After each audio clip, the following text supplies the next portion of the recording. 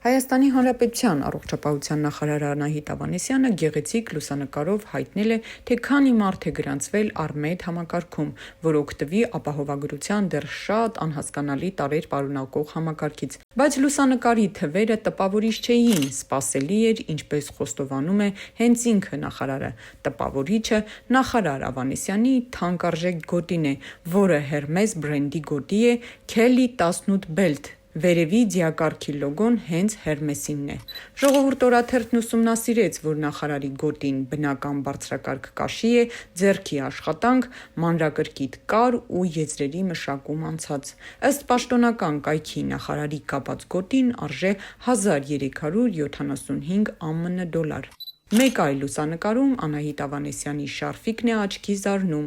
այն Christian Dior է, որը զեղչով արժե 64 000 դրամ։